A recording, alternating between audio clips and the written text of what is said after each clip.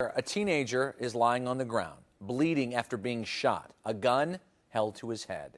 Then a stranger made a split-second decision that saved his life.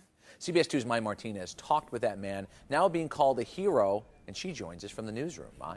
Well, Rob, all too often when we cover shootings, we hear about people who didn't want to get involved, who went back into their homes and closed their doors. But this man did just the opposite. He walked over to the gunman, looked him in the face, and pleaded with him not to kill the kid.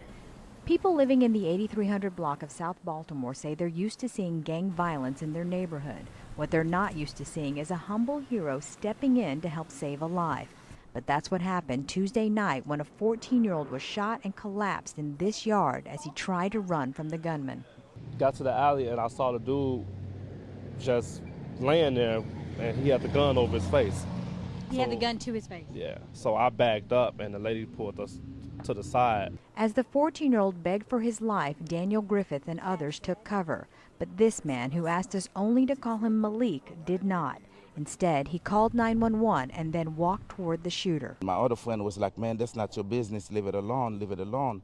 And I'm like, man, if that was my kids, that's the same thing you will say, leave it alone. No, I gotta ask him, I gotta beg him, you know, not to kill the kid. And that's exactly what Malik did. What did you say to the shooter?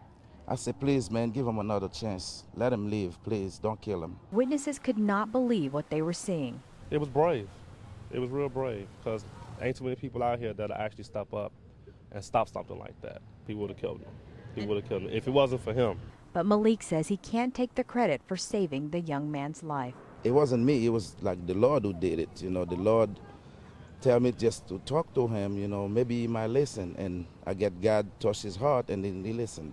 So he didn't kill the other blogger. No, I think the Lord is the hero, not me. While he's happy he was able to help that teen, Malik is now afraid the shooter will come after him. But Robbie says he cannot even identify the gunman. Chicago police say no one is in custody for that shooting. Well, we know that Malik is brave and fortunate, but how scared was he when he was doing all of this? You know, Rob, he said during the incident, all he could think about was that 14-year-old on the ground. He was thinking of his own children, so he wasn't afraid then. It wasn't only until after the gunman ran off that the gravity of what happened and the fact that he could have got shot hit Malik, and he said that's when he broke down and started shaking, and he was afraid then. Unbelievable. Mai, thank you.